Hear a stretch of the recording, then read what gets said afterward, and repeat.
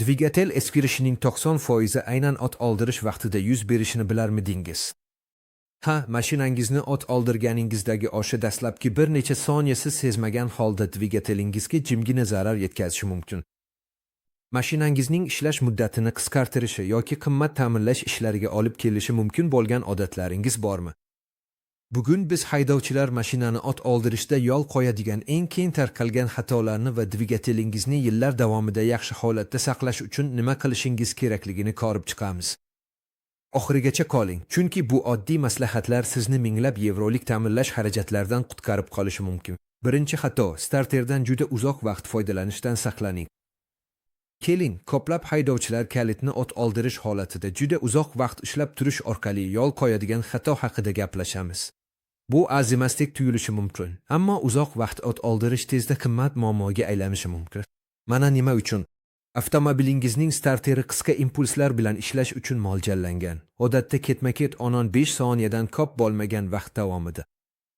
Agar uni uzoqroq ishlatib tursangiz, u qizib ketadi. Bu esa uning ichki qismlariga keraksiz yuklama beradi va batareyangizni o'zingiz o'ylaganingizdan ham tezroq zaryadsiz-lantiradi. Oxir-oqibat, bu starterning butunlay ishdan chiqishiga olib kelishi mumkin. Natijada siz yo'lda qolib ketasiz va qimmatga tushadigan almashtirish talab etiladi. Buning o'rniga nima qilish kerak? Agar avtomobilingiz 5 soniyadan keyin ot olmasa, to'xtating va taxminan 30 soniyadan 1 daqiqagacha kuting. Bu starterga sovib olish uchun vaqt beradi va qizib ketishining oldini oladi. Agar muammo davom etsa, sababini izlash vaqti keldi. Yoqilg'i ta'minoti, shamlar yoki batareyaning quvvati pastligi. Unutmangki, starterga uzoq vaqt zoriqish berish hech narsani hal qilmaydi, aksincha, vaziyatni yomonlashtiradi. Ikkinchisi, batareya quvvati past yoki yaxshi zaryadlanmagan holatda mashinani ot oldirishga urinmaydi. Avtomobilingizni kuchsiz yoki yetarlicha zaryadlanmagan batareya bilan ishga tushirish ahamiyatsiz bo'lib tuyulishi mumkin, ammo aslida bu muammolar manbai hisoblanadi. Kam zaryadga ega batareya starterga kerakli kuchlanishni yetkazib berishda qiynaladi. Bu esa uni ishga tushirishni qiyinlashtirishi yoki hatto imkonsiz qilishi mumkin. Bundan ham yomoni, nosoz akkumulyator kuchlanishining pasayishiga olib kelishi mumkin. Bu esa dvigatel boshqaruv bloki, datchiklar yoki multimedia tizimi kabi sezgir elektron jihozlarga zarar yetkazishi mumkin. Bunday turdagi nosozliklar nafaqat asabiylashtiradi, balki ularni tuzatish ham qimmatga tushadi. Bu muammoning oldini qanday olish mumkin? Multimetr yordamida akkumulyatoringizni muntazam tekshirib turing. Yaxshi holatdagi akkumulyator dvigatel o'chirilgan holatda 12.4 dan 12.6 gacha voltgacha.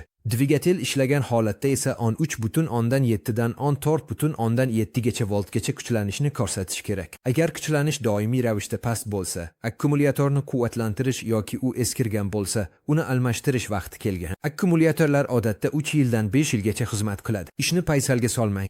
Shuningdek, chiroqlarning xiralashi yoki dvigatelning sekin ot olishi kabi ogohlantiruvchi belgilarga ham e'tiborli bo'ling. Bu avtomobilingizning akkumulyator muddati tugayotganini sizga bildirish usulidir. To'liq quvvatlangan va yaxshi holatdagi akkumulyator bilan dvigatelni ot oldirish nafaqat ishonchlilikni kafolatlaydi, balki avtomobilingizning butun elektr tizimini ham himoya qiladi. 3-raqam, kapot ochiq holda dvigatelni ot oldirishdan saqlaning. Kapot ochiq bo'lganda, tasmalar va shkivlar kabi harakatlanuvchi qismlar ochiq qoladi. Bu esa siz yoki yaqin atrofdagi biror kishi tasodifan ularga tegib ketsa, jarohat olish xavfini tug'diradi. Kapot ostidagi asboblar, yaxshi mahkamlanmagan buyumlar yoki chiqindilar bu qismlarga ilinib qolishi, avtomobilingizga zarar yetkazishi yoki xavfli uchib ketadigan narsalarga aylanishi mumkin.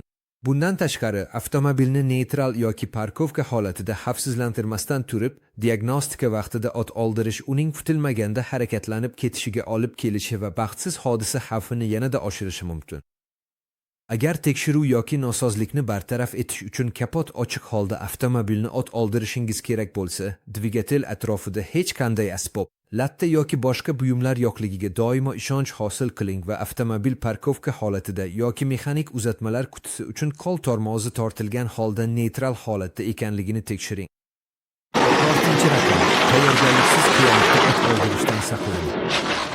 Avtomobilingizni tegishli tayyorgarliksiz tik qiyalikda ot oldirish dvigatelingiz va uzatmalar qutingizga keraksiz yuklamalar berishi mumkin. Va ba'zi hollarda avtomobil umuman ot olmasligi ham mumkin. Mana nima uchun?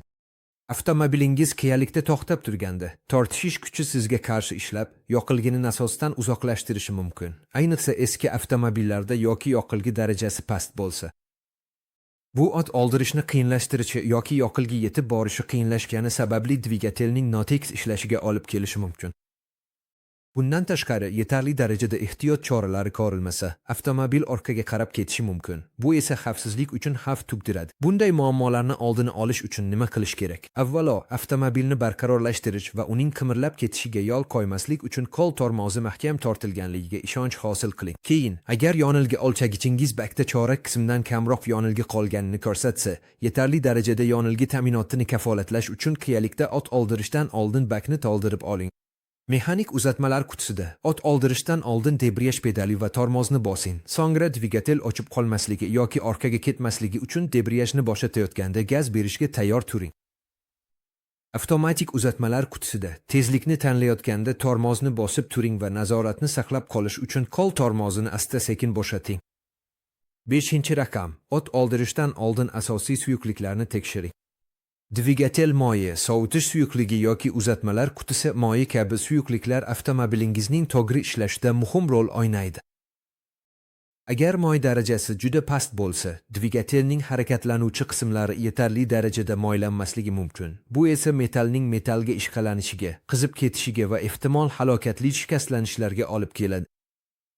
Xuddi shunday, sovutish suyuqligi darajasining yetarli emasligi dvigatelning qizib ketishiga olib kelishi mumkin. Bu esa silindr kallaga qistirmalarning kuyishiga yoki dvigatel blokining yorilishiga sabab bo'lishi mumkin. Bunday noxushliklarning oldini olish uchun, ayniqsa uzoq safarga chiqishdan oldin yoki avtomobil uzoq vaqt harakatsiz qolgandan keyin, yo'lga tushishdan oldin suyuqliklaringizni tekshirishga vaqt ajrating. Dvigatel moyi to'g'ri diapazonda ekanligiga ishonch hosil qilish uchun o'lchagichdan shub foydalaning. Sariq rangli toza moy ideal hisoblanadi.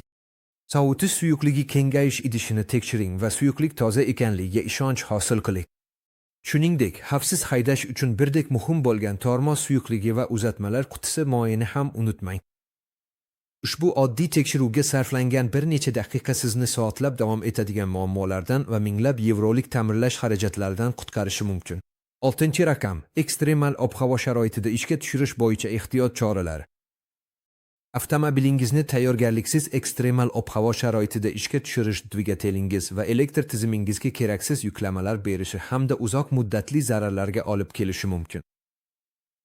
Qattiq sovuqda moy quyuqlashadi. Bu esa dvigatelning aylanishini qiyinlashtiradi va moylash tizimining ishlashini cheklaydi. Bu ichki qismlarning tezroq eskirishiga olib keladi. Jazirama issiqda akkumulyator va sovutish tizimi kabi elementlar qo'shimcha bosim ostida qoladi va tayyorgarlikning yo'qligi qizib ketishga yoki elektr tizimidagi nosozliklarga olib kelishi mumkin. Avtomobilingizni himoya qilish uchun oddiy, ammo samarali choralarni ko'ring. Sovuq havoda, agar avtomobilingiz kechasi muzlash davrida tashqarida qolsa, dvigatel blokini isitgichdan foydalanishni o'ylab ko'ring. Bu dvigatel va moyni oldindan qizdirishga yordam beradi. Natijada osonroq ishga tushadi. Shuningdek, akkumulyatoringiz to'liq quvvatlanganligiga va sovuq havoda ishga tushirish uchun mosligiga ishonch hosil qiling, chunki quvvati past akkumulyatorlar sovuqda osonroq ishdan chiqadi. Issiq havoda avtomobil ichidagi harorat ko'tarilishini kamaytirish uchun soyada to'xtang yoki quyoshdan himoyalovchi pardadan foydalaning va qizib ketishining oldini olish uchun sovutish suyuqligi darajasini tekshiring. Dvigatelni ishga tushirgandan so'ng, ayniqsa ekstremal sharoitlarda, barcha tizimlar barqarorlashishi uchun avtomobilingizni har doim 30 soniya davomida bo'sh holatda ishlatib turing. 7-raqam. G'ayritabiiy shovqinlarga yoki ogohlantiruvchi chiroqlarga e'tiborli bo'ling. Ishga tushirish vaqtida eshitiladigan taqillash, gijirlash yoki hushtaksimon tovushlar kabi g'alati shovqinlar ko'pincha starter, generator yoki akkumulyatordagi muammodan dalolat beradi. Xuddi shunday, agar boshqaruv panelingizda akkumulyator, moy bosimi yoki dvigatel indikatori kabi ogohlantiruvchi chiroqlar yonsa, demak, avtomobilingiz sizga nimadir noto'g'ri ekanligini bildirmoqda. Bu signallarga e'tibor bermay, baribir mashinani o't oldirish muhim qismlarning tuzatib bo'lmas darajada shikastlanishiga yoki hatto yo'lda qolib ketishingizga olib kelishi mumkin. Agar taqillagan tovushni eshitsangiz, avvalo akkumulyatorni tekshiring. Uning quvvati kamaygan bo'lishi yoki klemmalari oksidlanib qolgan bo'lishi mumkin. Gijirlash tovushi starter eskirganidan dalolat berishi mumkin. Shtaksimon tovush esa generator bilan bog'liq muammoga ishora qilishi mumkin. Ogohlantiruvchi chiroqlarni hech qachon e'tiborsiz qoldirmaslik kerak. Ularning nimani anglatishini bilish va muammoni tezda bartaraf etish uchun avtomobil qo'llanmasiga qarang. Ba'zi hollarda mutaxassis tekshirib ko'rmagunicha mashinadan umuman foydalanmagan ma'qul. 8. Mashinani o't oldirishdan oldin qo'shimcha jihozlar kamarini tekshiring. Polif tasmasi yoki serpentin tasmasi deb ham ataladigan bu kamar alternator, rul kuchaytirgichi nasosi va konditsioner kompressori kabi muhim qismlarni harakatga keltiradi. Agar u eskirgan, yorilgan yoki juda bo'shashgan bo'lsa, u uzilib ketishi yoki o't oldirilgandan keyin chiqib ketishi mumkin. Shunda siz rul kuchaytirgichsiz va ishlamaydigan alternatorsiz qolasiz. Ba'zi hollarda esa suv nasosi ishlamay qolishi sababli dvigatelning qizib ketishiga olib kelishi mumkin. Mashinani o't oldirishdan oldin har doim kamar holatini ko'z bilan tekshirishga vaqt ajrating. Ayniqsa u almashtirilganiga ancha vaqt bo'lgan bo'lsa. Yoriqlar, tolalarning ajralib qolishi yoki eskirganligidan dalolat beruvchi yaltiroq va silliq ko'rinishni qidiring. Taranishini ham tekshirib ko'ring. Juda bo'sh bo'lsa, u sirpanib ketishi mumkin. Juda qattiq tortilgan bo'lsa, u shkivlar va pochikniklarning yeyilishiga olib kelishi mumkin. Agar shikastlanishlarni sezsangiz yoki giqillagan tovushni eshitsangiz, kamarni kechiktirmasdan almashtiring. Aksariyat qo'shimcha jihozlar kamarlari 100 mingdan 160 ming kilometrgacha xizmat qiladi, lekin muammolarni erta aniqlagan ma'qul. 9. raqam. Eski avtomobillarni haydashdan oldin qizdirib oling. Agar siz eski avtomobilni, ayniqsa 2000 yillardan oldingi modelni boshqarayotgan bo'lsangiz, zamonaviy avtomobildagi kabi shunchaki o't oldirib, yo'lga chiqa olmaysiz. Eski avtomobillar ko'pincha dvigatel bir tekis ishlashi uchun benzin va havoni to'g'ri aralashtirish uchun vaqt talab qiladigan karbyuratorlardan foydalanadi. Dvigatelni qizitmasdan darhol o't oldirib haydash dvigatelning notekis ishlashiga, ochib qolishiga va hatto uzoq muddatli shikastlanishlarga olib kelishi mumkin. Bu ayniqsa sovuq havoda muhim ahamiyatga ega, chunki moyning aylanib, muhim qismlarni moylashi uchun ko'proq vaqt kerak bo'ladi. Har doim avtomobilni o't oldiring va yo'lga chiqishdan oldin 30 soniyadan 1 daqiqagacha bo'sh holatda ishlashiga ruxsat bering. Shu vaqt ichida dvigatel barqaror ish haroratiga yetadi va moy ichki qismlarni himoya qilish uchun aylanib boshlaydi. Ushbu qizish bosqichida keskin tezlashishdan saqlaning, chunki moy hali barcha qismlarga yetib bormagan bo'lsa, bu keraksiz eskirishga olib kelishi mumkin. Dvigatelning bosh yurishi barqarorlashgach, yo'lga chiqishga tayyorsiz. Bu oddiy harakat eski avtomobilingiz uchun yaxshiroq unumdorlik va uzoqroq xizmat muddatini kafolatlaydi. Uni yana ko'p yillar davomida ishonchli saqlaydi. 10. raqam. Eskirgan shamchiroqlarni, svechalarni almashtiring. Shamchiroqlar dvigatel silindrlaridagi havo yonilgi aralashmasini yoqish uchun juda muhimdir.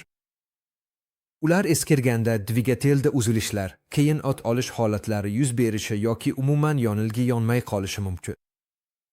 Bu nafaqat dvigatelni o't oldirishni qiyinlashtiradi, balki yonilgi sarfini oshiradi, zararli chiqindilarni ko'paytiradi va vaqt o'tishi bilan dvigatelning boshqa qismlariga ham zarar yetkazishi mumkin.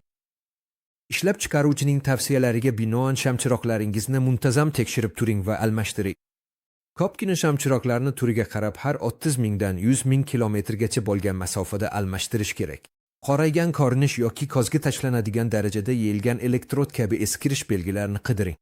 Agar dvigatelning bosh yurish rejimida notekis ishlashini, tezlanishning sustligini yoki o't oldirishda qiyinchiliklarni sezsangiz, shamchiroqlarni tekshirib ko'rish maqsadga muvofiqdir. Ularni almashtirish nisbatan oddiy va arzon texnik xizmat ko'rsatish jarayoni bo'lib, u avtomobilingiz ish faoliyatini yaxshilashi va har safar muammosiz o't olishini ta'minlashi mumkin.